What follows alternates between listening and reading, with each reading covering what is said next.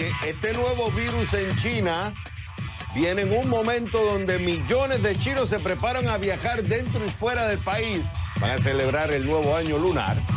Además, que la segunda economía del mundo está enfrentando debilidad económica, conflictos políticos, dudas sobre la transparencia de la información y batallas comerciales. Por eso pregunto, ¿el nuevo virus en China, potencial efecto económico? Lo analizamos. Otra controversia en Puerto Rico se desata después que aparecieran en redes sociales imágenes de un almacén de 3.800 metros cuadrados, unos 41.000 pies cuadrados, lleno de suministros de emergencia. Esto era para los afectados por el huracán María, tragedia que sucedió hace 2 años.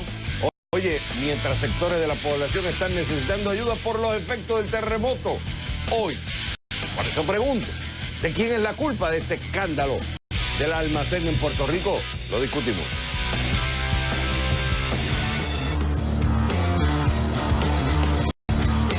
Te pongo un caso.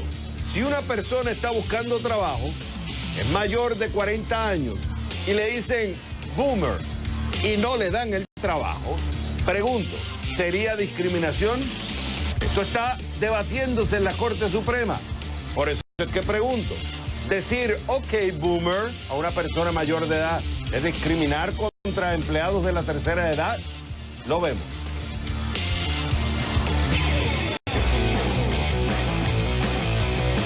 China vive momentos de crecimiento no solo a nivel económico y de población. Su rápida urbanización no tiene precedentes, pero las exigencias en materia de edificación han llegado con un precio: la pérdida de la identidad arquitectónica y de las tradiciones. Por eso, un arquitecto chino ha diseñado un proyecto en el que los robots bajo supervisión transforman la arquitectura china. Y te lo mostramos en nuestra división de CNN Dinero. Clics. Aquí no hay robots, aquí hay humanos enfocados con energía, con la determinación de crear un programa de calidad. Por eso, desde el Centro de Producción de CNN, en la Ciudad del Sol, Miami, comienza el único programa que vive la economía. Este es CNN Dinero, que arranca en 3, en 2, en 1. ¡Vámonos!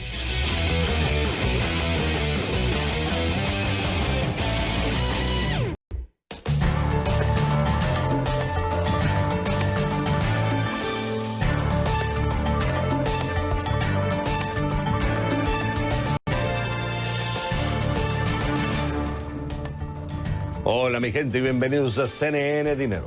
Te saluda Xavier Serviá. ¿Lista? ¿Listo? Comenzamos.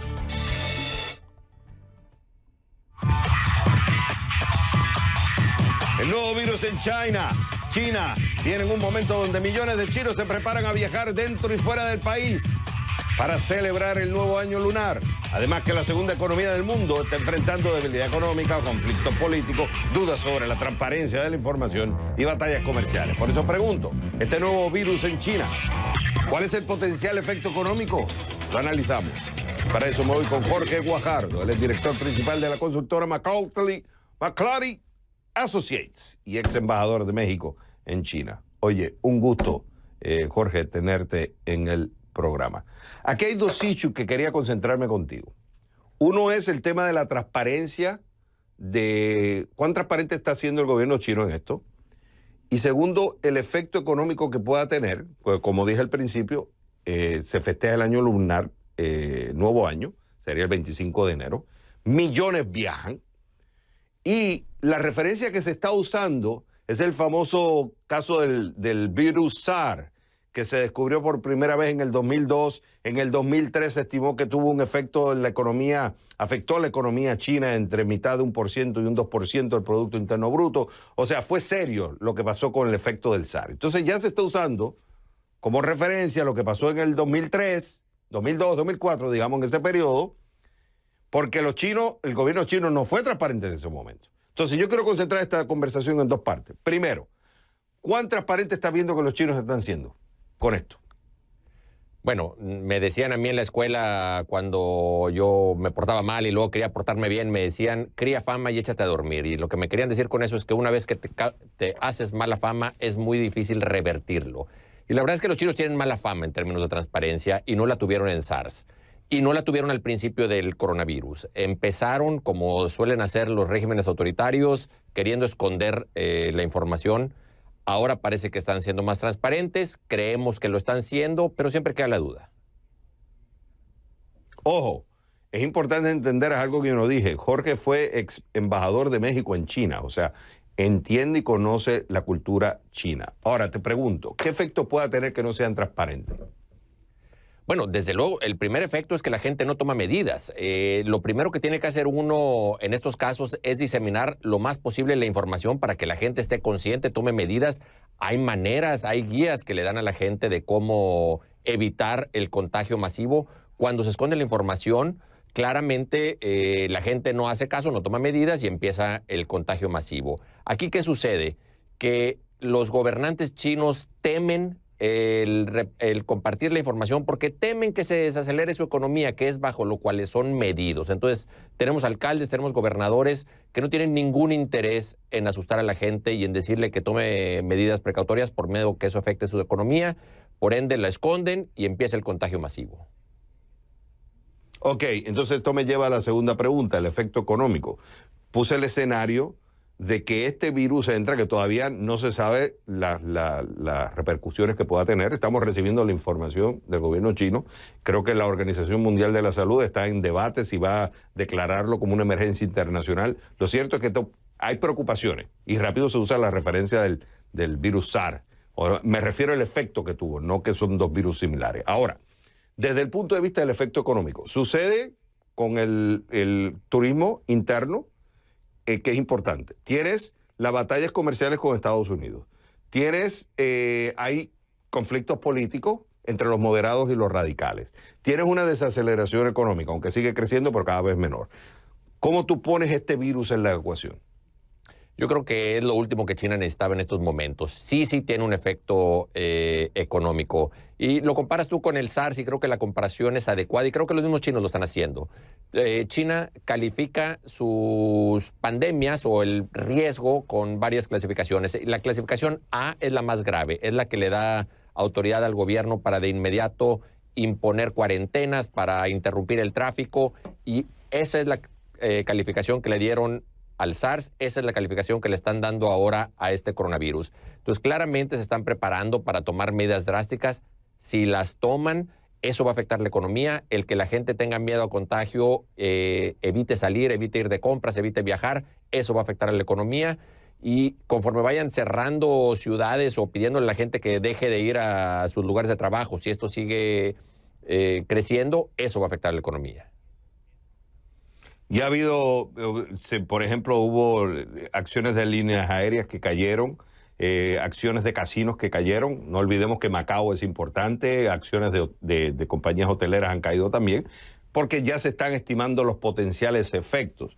Ahora, Jorge, si tú fueras en 1 minuto y medio asesor de empresas, de inversionistas que ven esto, lo que está pasando en China. Algunos he leído, dicen que todavía hay que esperar. Están utilizando la referencia de SARS como elemento histórico, pero dicen no estamos viendo todavía características similares a la del SARS. Puede ser un potencial efecto como lo que pasó con el virus del SARS, pero hay que esperar. ¿Tú qué le dirías? Yo creo que sí va a ser algo como el SARS, es decir, creo que la pandemia se va a propagar. Sin embargo, creo que por el momento no vemos el índice de mortalidad que veíamos con el SARS, entonces puede no ser tan grave. Obviamente esperaría mañana a ver qué dice la Organización Mundial de la Salud. No viajaría por el momento a China, no tanto por miedo al contagio, sino por miedo a estar en un lugar donde tengan que poner en cuarentena y me termine quedando 40 días. Entonces sí es claramente una luz ámbar. Hay que tener cuidado. No les diría que descuiden y que no den importancia a esto. No, esto es algo importante y sí les aconsejaría que tuvieran cuidado. Señores, aunque esto se presenta como una noticia médica, lo cual es importante, no hay que olvidar que detrás está la economía. Los efectos que tiene es impresionante y ya se están viendo. Y Jorge aquí los describió. Él es Jorge Guajardo, director principal de la consultora McClary Associates y ex embajador de México en China. Me encantó haberte tenido en el programa. Cuando regresemos a CNN Dinero, otra controversia en Puerto Rico. se desata después que aparecieran en redes sociales imágenes de un almacén de 3.800 metros cuadrados lleno de suministros de emergencia para afectados por el huracán María. Eso fue una tragedia que sucedió hace 2 años. Mientras sectores de la población están necesitando ayuda now por los efectos del terremoto. Por eso pregunto, ¿de quién es la culpa de este escándalo del almacén en Puerto Rico? Lo vamos a discutir con Edwin Meléndez, él es director del Centro para Estudios Puertorriqueños de la Universidad de Nueva York, al volver a The Number One, CNN, Dinero, por los efectos del terremoto. Por eso pregunto, ¿de quién es la culpa del escándalo del almacén en Puerto Rico? Para eso me voy con Edwin Meléndez, él es director del Centro para Estudios Puertorriqueños de la Universidad de Nueva York. Edwin, es un gusto tenerte en el programa. Claro, es chocante para el puertorriqueño que está, aquel que está necesitado, que no le están llegando los suministros básicos, que hay municipalidades que han estado pidiendo la ayuda, y de momento se descubre este galpón, bueno, este warehouse, este almacén de 41,000 pies cuadrados, lleno de inventario, y que no se estaba distribuyendo. Entonces, claro, crea un escándalo. Incluso ya hay algunas voces pidiendo la renuncia de la gobernadora. Otros consideran que eso es muy extremista. Y otros dicen que ella ha atacado el problema despidiendo a los responsables y ordenando una investigación. ¿Para ti quién es el culpable de esto? Bueno, mira, aquí la culpa se puede repartir en varias dimensiones, ¿verdad? Vamos a comenzar por el gobierno local, que después de la tragedia del huracán María, empezaron a tratar de tener control de la emergencia. Y se demuestra con esto que esos controles no están en sitio. Fallaron en María, fallaron ahora con los sismos y se sigue repitiendo la historia. Además de la catástrofe natural, tenemos una catástrofe. Hay gente que sale de voluntad propia a dar donativos, a activarse. Es decir, que el espíritu de crear este cuerpo, ¿verdad?, de coordinación entre el gobierno y los ciudadanos está ahí presente. El espíritu es lo que nos ayuda. Pero la parte estructural, eso le corresponde al gobierno, coordinarlo entre las agencias públicas. Y hay otro que dicen, Edwin, que hemos creado una cultura de tanta dependencia de Estados Unidos, de que cada vez que tenemos un problema viene Estados Unidos a resolvernos. Y ahí no nos hemos preparado nosotros mismos como sociedad a decir, tenemos que resolver los problemas nosotros, tenemos que prever los problemas. No, Estados Unidos va a venir a resolvernos. Y cuando alguien dice, no, ahora no te lo voy a resolver, claro, también se forma un caos. Es una discusión que en otro momento quiero tener contigo. Mucha dependencia de Estados Unidos también ha creado este problema. Sí. Él es Edwin Meléndez, director del Centro para Estudios Puertorriqueños de la Universidad de Nueva York. Edwin, me encantó haberte tenido en el programa. Cuando regresemos a CNN Dinero, te pongo un caso. Escucha. Si una persona está buscando trabajo, es mayor de 40 años y le dicen boomer y no termina recibiendo la posición, ¿sería esto discriminación? ¿Por qué digo esto? Se está debatiendo en la Corte Suprema un caso interesantísimo y por eso pregunto, ¿decir ok boomer es discriminar contra empleados de la tercera edad? Lo vamos a ver y analizar con Juan Carlos Gómez, director de programas clínicos de la Universidad de Derecho de la Universidad Internacional. Para eso me voy con Juan Carlos Gómez, director de programas clínicos de la Escuela de Derecho de la Universidad Internacional de la Florida, en vivo desde Miami. Juan Carlos, es un gusto tenerte en el programa. Vamos a llevar esto por partes. Primero, boomer, para que la gente entienda, boomer viene de baby boomers. Es esta generación entre 1946 y 1964. Se estiman que son cerca de 76 millones de personas en los Estados Unidos que serían catalogadas como personas boomers, que es lo que vienen después de la Segunda Guerra Mundial. Ok. Diciendo esto, se ha hecho muy popular, especialmente en generaciones más jóvenes, de llamar a las personas que vienen, a estos baby boomers, estas personas mayores, decirles boomer. Y se hizo un meme muy famoso que dice, ok, boomer. E incluso hay políticos que han llamado a personas mayores, le dicen, ok, boomer. Bueno. Con ese contexto, en la Corte Suprema se está viendo un caso, Babb versus Wilkie. ¿Qué es lo que está analizando este caso en la Corte Suprema?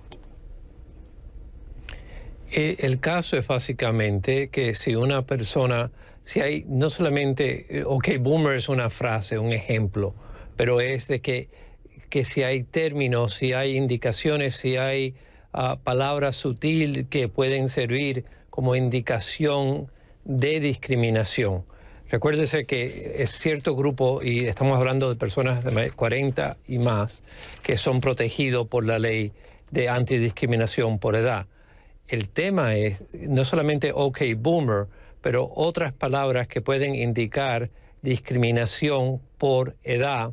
Y obviamente Boomer, como usted dice, refiere a la generación que por el momento es la generación que se pudiera considerar un poco mayor. Pero Okay. la Corte Suprema no solamente decide las cosas basado en una palabra. Ok, vamos a eso quiero llegar. Hay una mujer, el caso es porque hay una mujer que alega que el Departamento de Veteranos le negó una oportunidad de promoción, esto es una empleada pública, le negaron una promoción, o sea, lograron un mejor puesto ella alega por su sexo y su edad. Entonces, lo que estarían analizando, y me corrigen si estoy equivocado, es si utilizar terminología que de alguna forma identifica a la persona por su edad y le fue negada la posición, habría entonces actionable consequences. O sea, se podría alegar, ella tiene que demostrar. Entonces, aquí viene el ejemplo que pone el jefe de la Corte Suprema, que le dice al que está defendiendo, a uno de los que está alegando el caso, ¿qué pasa si yo digo OK Boomer cuando estoy entrevistando a una persona y a esa persona no se le da el puesto?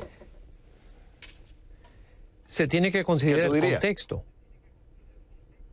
Contexto, la totalidad de la circunstancia, se tiene que considerar las condiciones de empleo, se tiene que considerar qué más, en otras palabras, se conversó en la entrevista. Y uno, como si uno tiene una empresa, si uno está dirigiendo una oficina, si uno está entrevistando, uno tiene que tener cuidado, porque uno no tiene que tener miedo, pero uno tiene que pensar antes de hablar. Y no es el momento necesariamente ni cuando uno está entrevistando, ni cuando uno está empleando, ni hasta cuando uno está permitiendo que alguien venga y haga negocios en cierto lugar.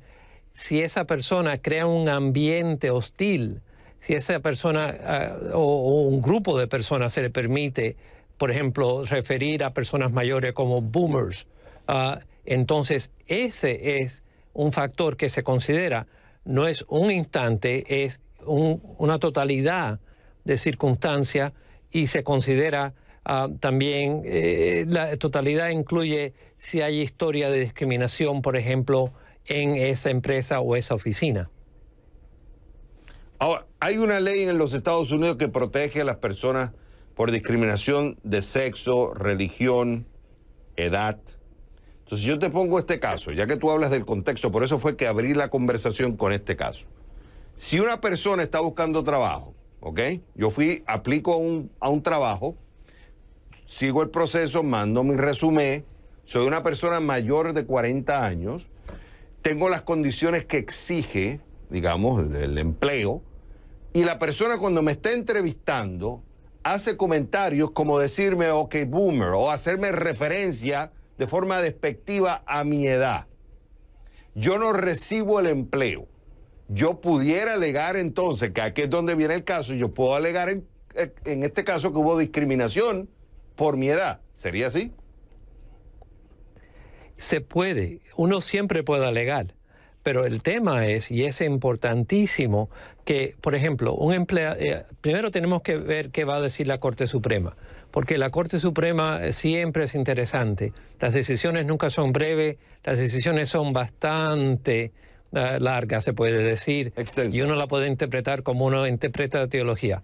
Pero la idea viene siendo de que lo que tienen que pensar es, cuando un empleador tiene un representante que está haciendo entrevistas, si ese representante hace preguntas o usa palabras que pueden sutilmente indicar alguna forma de discriminación sobre o bajo de una de las categorías protegidas, el empleador está jugando con candela.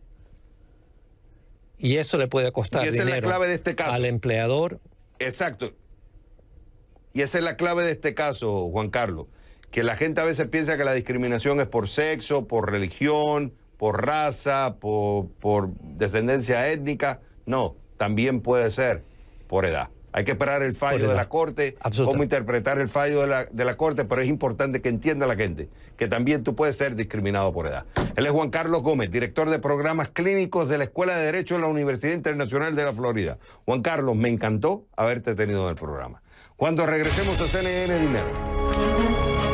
El discurso del presidente de los Estados Unidos en Davos no era lo que esperaban escuchar los asistentes al Foro Económico Mundial.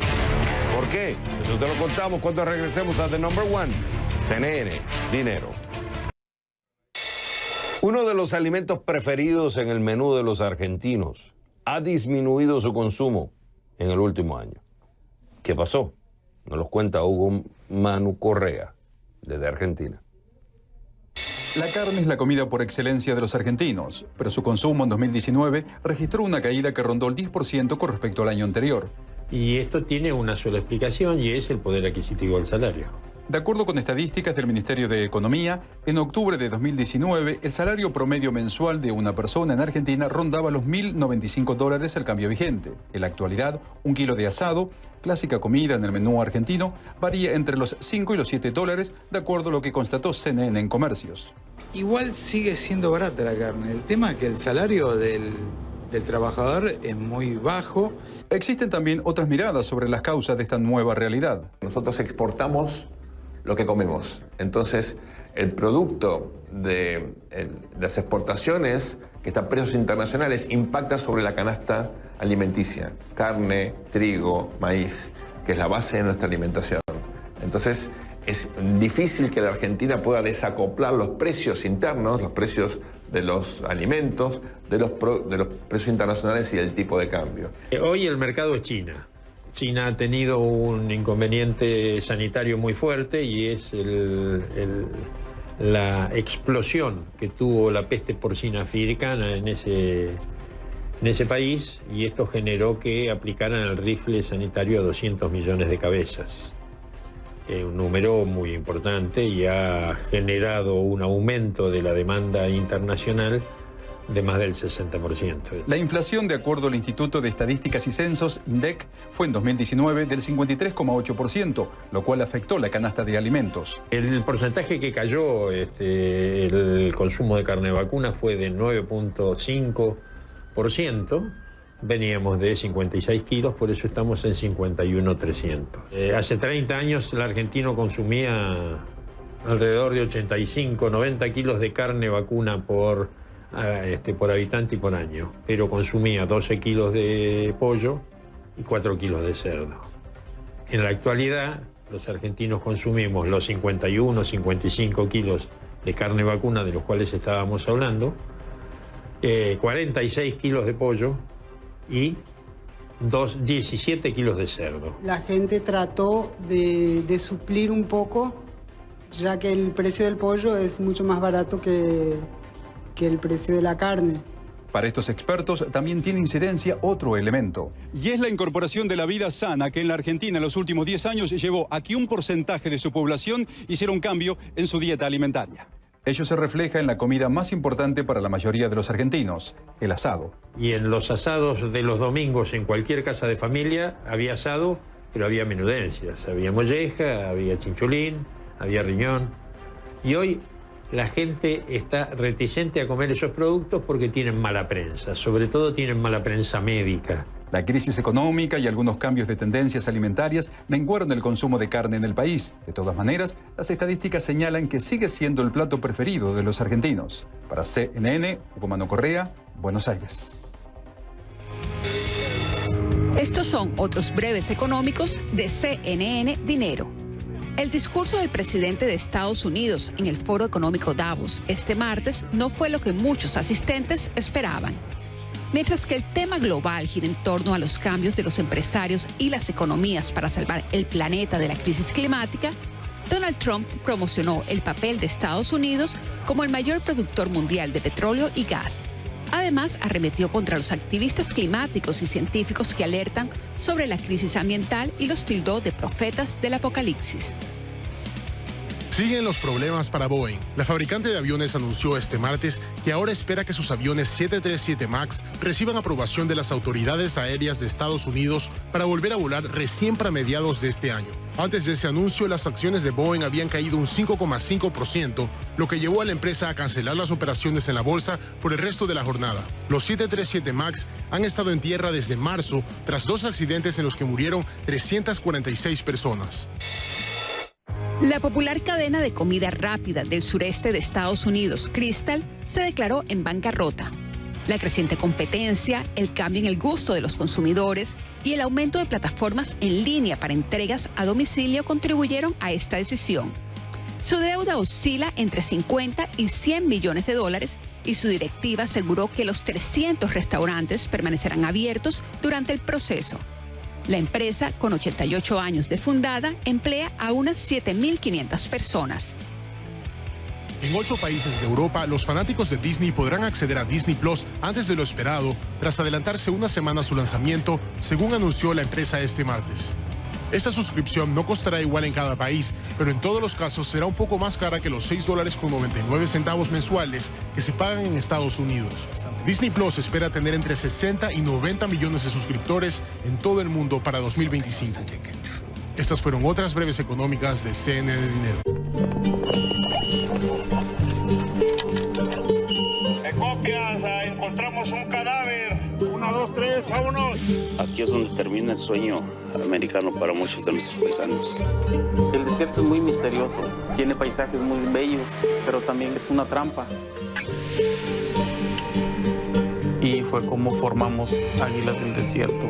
Presentado por Fernando del Rincón. No olvidado. Ahora, ¿por qué no echamos un vistazo a alguno de los índices accionarios y de monedas al cierre? Come on, baby. Let's go.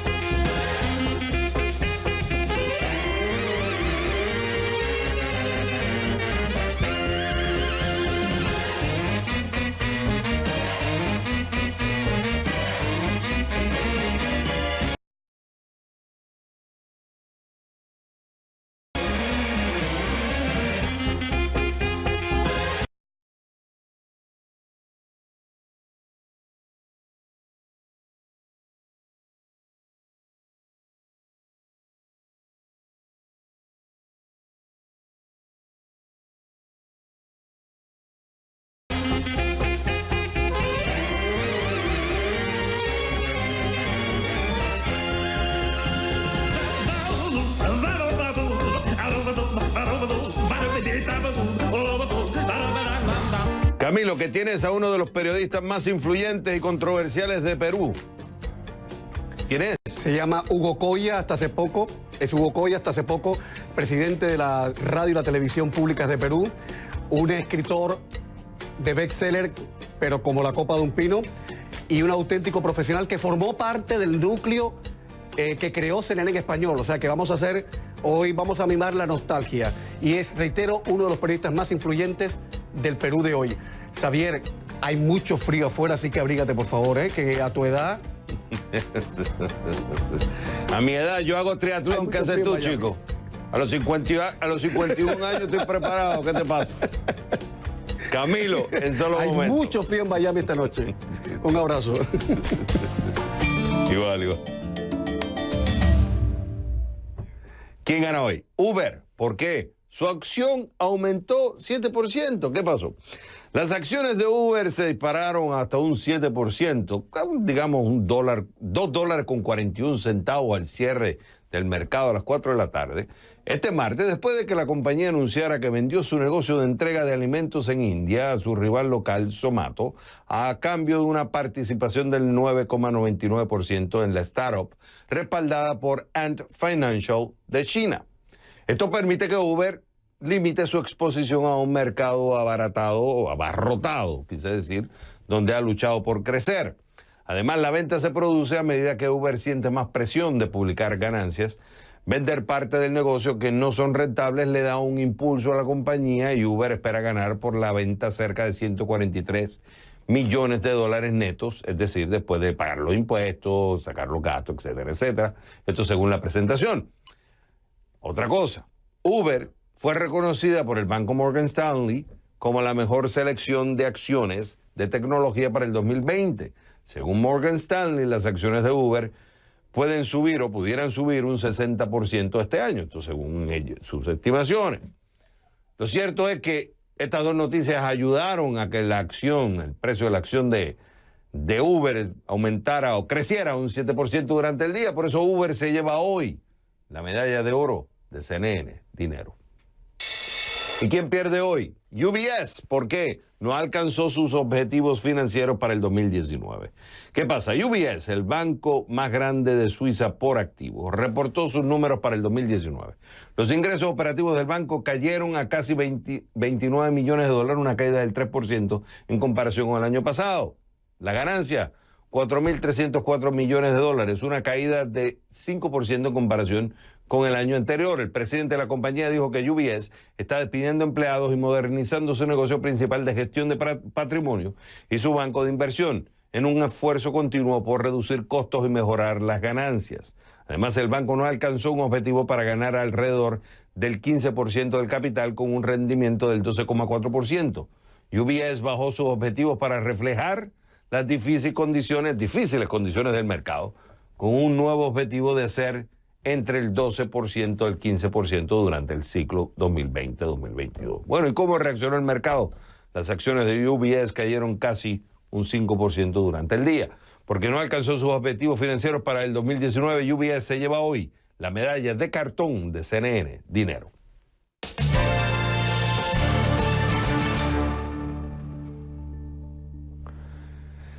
China vive momentos complicados, no tan solo a nivel económico, también a nivel de la población, lo que es cierto también que la población sigue aumentando. Hay una rápida urbanización que no tiene precedentes, pero las exigencias en materia de edificación han llegado con un precio. La pérdida de la identidad arquitectónica y de las tradiciones. Por eso un arquitecto chino ha diseñado un proyecto en el que los robots bajo supervisión transforman la arquitectura china. Míralo, en nuestra división de CNN Dinero, Clics.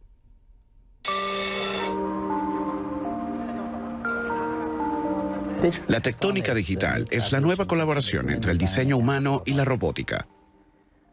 Es el futuro de la arquitectura.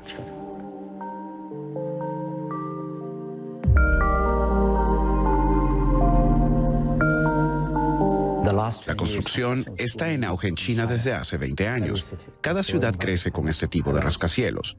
Creo que es como un proceso de copiar y pegar. Se construyen esos edificios demasiado rápido. Perdemos la tradición y la identidad de lo que debería ser China.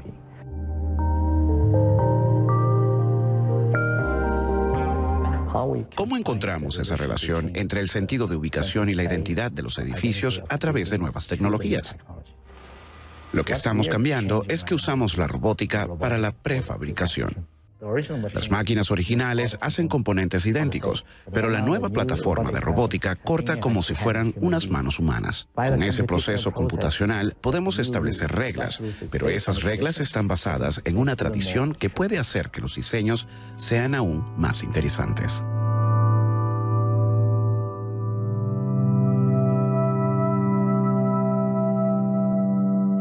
Inbambú es un buen ejemplo. Inbambú es una aldea en la que son buenos tejiendo. Quieren desarrollar un centro comunitario para exhibir y difundir la cultura. Es un techo serpenteante. Cada columna y cada viga tiene un ángulo especial y una altura diferente. Si se hace a mano, es imposible terminarlo en tan poco tiempo, porque cada unión es diferente. Usamos la robótica que puede cortar las piezas del edificio muy rápidamente. Nos toma 1 mes y medio hacer los elementos prefabricados. El trabajo en el lugar dura 52 días. Normalmente tomaría entre 6 meses y 1 año. Un buen arquitecto puede entender bien no solamente la tecnología, sino también que este es un proceso social. Lo que hacemos no se trata solo de tecnología. Podemos implementar esta tecnología para que tenga una relación con la cultura local. Esa es la verdadera evolución social.